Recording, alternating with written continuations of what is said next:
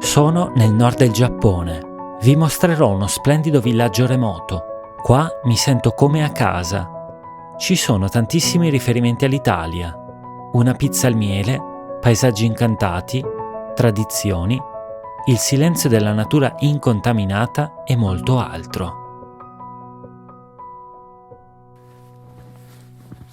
Mi trovo a Nishimeya, villaggio nel nord del Giappone, host town dell'Italia, città ospitante dell'Italia o per meglio dire villaggio ospitante dell'Italia. Questo infatti è un piccolo villaggio dove in inverno nevica tantissimo e dove ci sono tantissime cose particolari che vi farò vedere e tanti riferimenti all'Italia.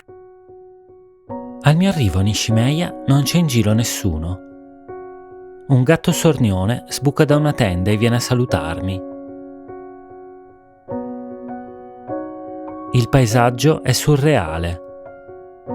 Si alternano momenti di sole a bufere di neve che i bambini affrontano mentre tornano a casa da scuola. La meraviglia del luogo mi fa dimenticare il freddo glaciale dell'inverno. Anche sulla strada principale raramente passa qualcuno. Da lontano noto che il monotono bianco della neve viene interrotto da un rosso vermiglione. È un torii che dà l'accesso ad un'area sacra. Decido di dare un'occhiata. Ho appena attraversato i torii che portano qui all'interno di quest'area sacra, proprio nel centro di Nishimeya, a pochi passi dal comune, e faccio questo piccolo giro qui in mezzo a questi alberi innevati e un'atmosfera che ho visto poche volte, forse mai, in tutta la mia vita. Ve lo dico anche con orgoglio che il video che state vedendo mi è stato commissionato e sponsorizzato dal Ministero degli Affari Esteri del Giappone, che ovviamente ringrazio. Mi sento come in un libro di fiabe. In alcuni punti però fatico a procedere. Gli alberi mi ammaliano. È tutto così perfetto.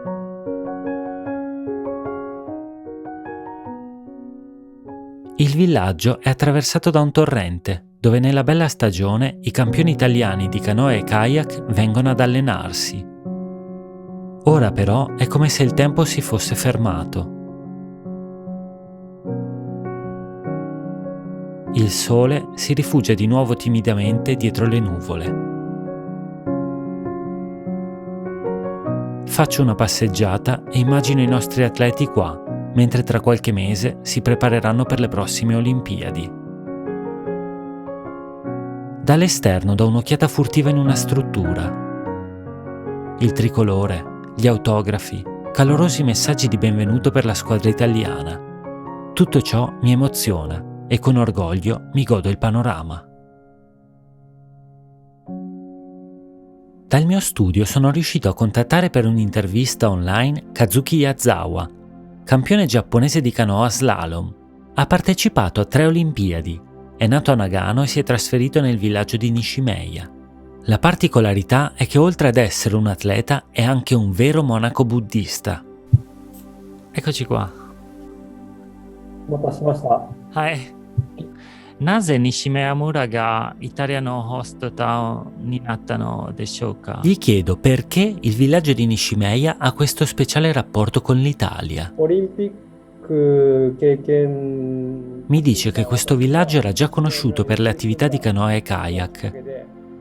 Da molto tempo lui conosce un membro del team italiano di canoa e quindi con il sindaco di questo villaggio si è pensato di far diventare Nishimeya una host town per l'Italia. Quali sono le attività consigliate per chi viene in visita a Nishimeya?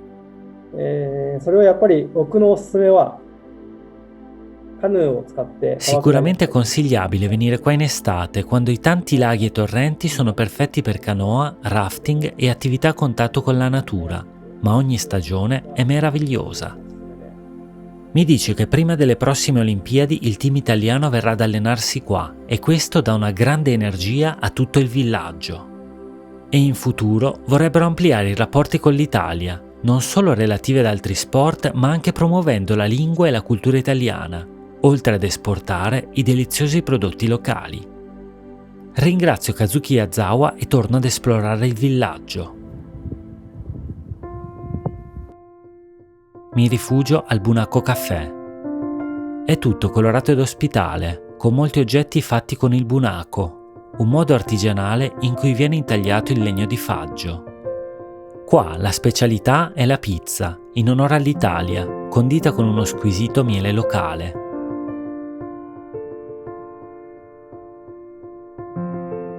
Al Bunako Caffè di Nishimeya si mangiano le pizze. Questa qui l'hanno chiamata Napoli Nishimeya Honey Pizza con il miele, e questa invece è una Napoli Mix Pizza.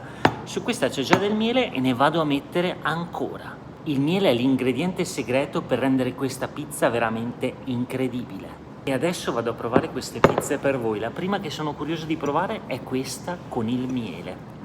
Io vado.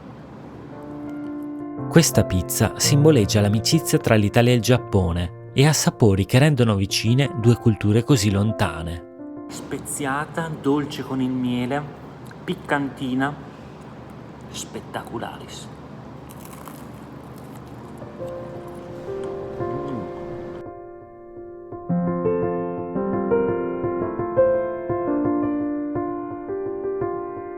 Ottimo succo di mele, il frutto simbolo della prefettura di Aomori, e una dolce torta al tofu.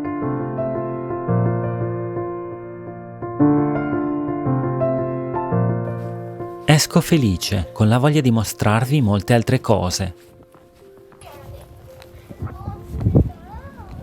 Adesso vi porto in un posto qui vicino dove hanno esposto una bandiera italiana ricamata con un metodo tradizionale. Un italiano qui si dovrebbe sentire spaesato in teoria, perché siamo a 10.000 km dall'Italia, in un piccolo villaggio nel nord del Giappone. Invece, dove ci si gira, in ogni angolo si trovano dei riferimenti all'Italia. Adesso entriamo qui a vedere questa bandiera italiana.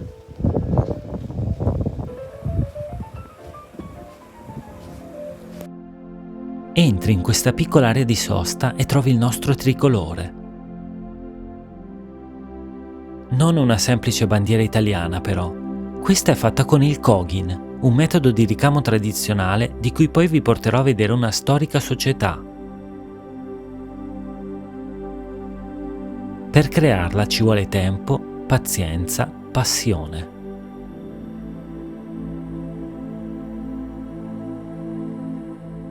È meraviglioso venire in questi posti sperduti del Giappone e trovare dei riferimenti all'Italia. È molto molto emozionante, diciamocelo. Guardate questo cane, vuole proprio entrare nel mio documentario. Sembra che dica: hai fatto il video al gatto, fai il video anche a me. Ed eccoti accontentato, piccolo Shiba Inu. Ciao, ci vediamo in paradiso. Vi porto a visitare una società storica dove fanno il kogin. Entriamo.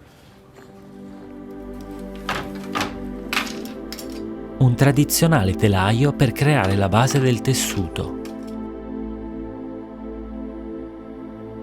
Tutto viene fatto a mano, con rigore, come una volta.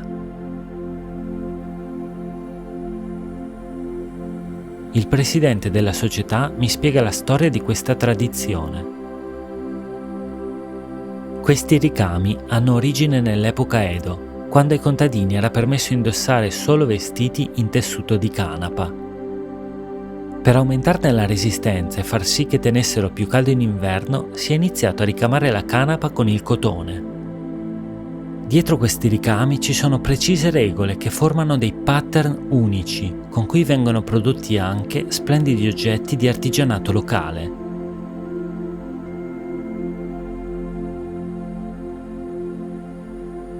E guardate anche che meravigliosa la cravatta e le decorazioni della sua giacca. Subito uno non ci pensa, perché vedi queste forme e dici vabbè sì, sono queste lineette, queste cose, ma quando le fanno, un buchetto sì, due no, due sì, due no, tre sì, uno no. Cioè, c'hanno tutte queste regole che formano delle figure molto particolari e il risultato è qualcosa di unico. E adesso andiamo verso la prossima tappa. Le strade sono bianchissime, il meteo è quello delle grandi occasioni. Ora voglio immergermi nelle foreste, in mezzo al nulla. Prima però mi fermo a mangiare. per pranzo questa Tenzaru Soba, vedete, frittura e soba spaghetti di grano saraceno. Vado a farmi questa mangiata.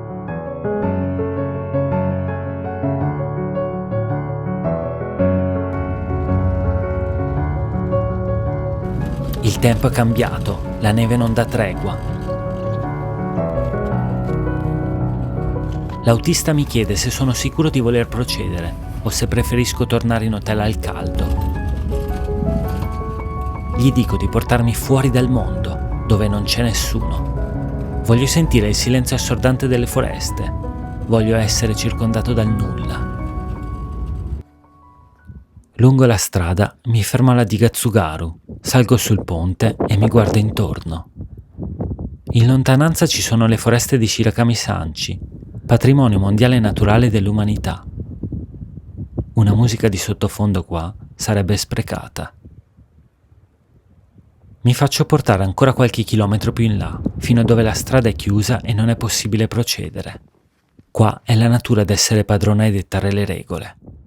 Nella vita siamo sempre circondati da parole, suoni, rumori, pensieri. Qua, in questo momento, non c'è nulla di tutto ciò. Sono solo io, il vento e un'immensa vallata adornata da un manto bianco che attutisce ogni rumore.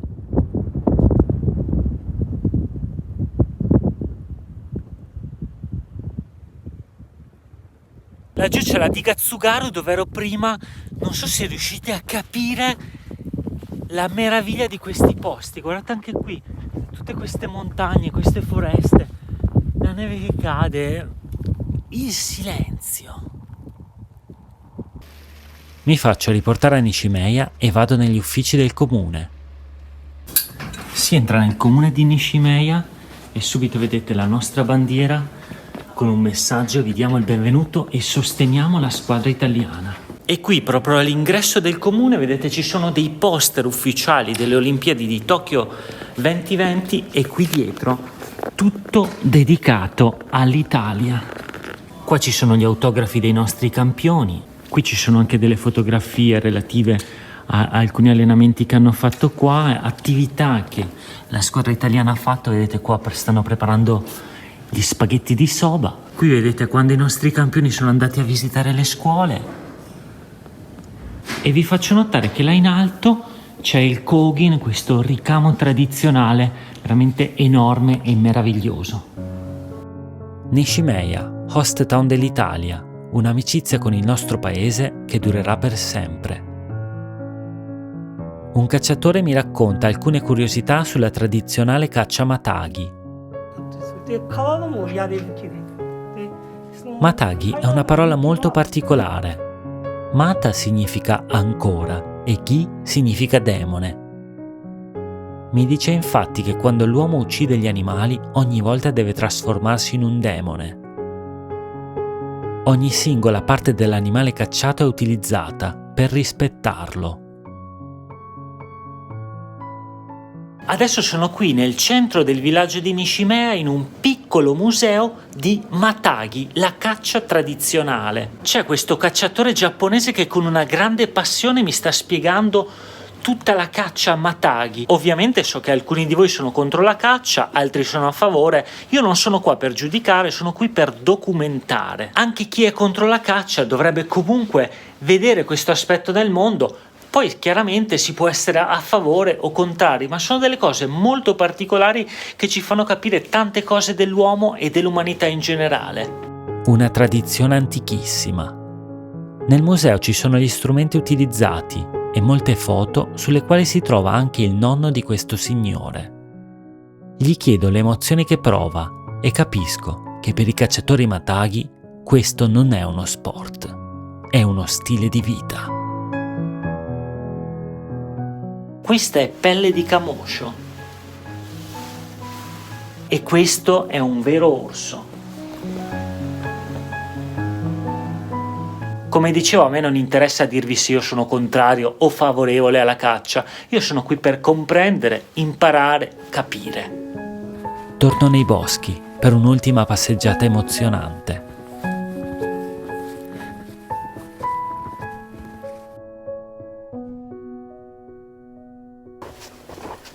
Questo video sta per volgere al termine, è stata un'esperienza spettacularis che ci rimarrà per sempre nel cuore, nel mio cuore e nel vostro cuore che avete guardato questo video. Nishimei è il villaggio ospitante dell'Italia, dove qui gli italiani, e non solo ovviamente, sono più che benvenuti. Abbiamo scoperto insieme questo villaggio, tradizioni, natura, neve fantastica e tanto amore per l'Italia. Ringrazio ancora il Ministero degli Affari Esteri del Giappone per questa importante opportunità che mi è stata data.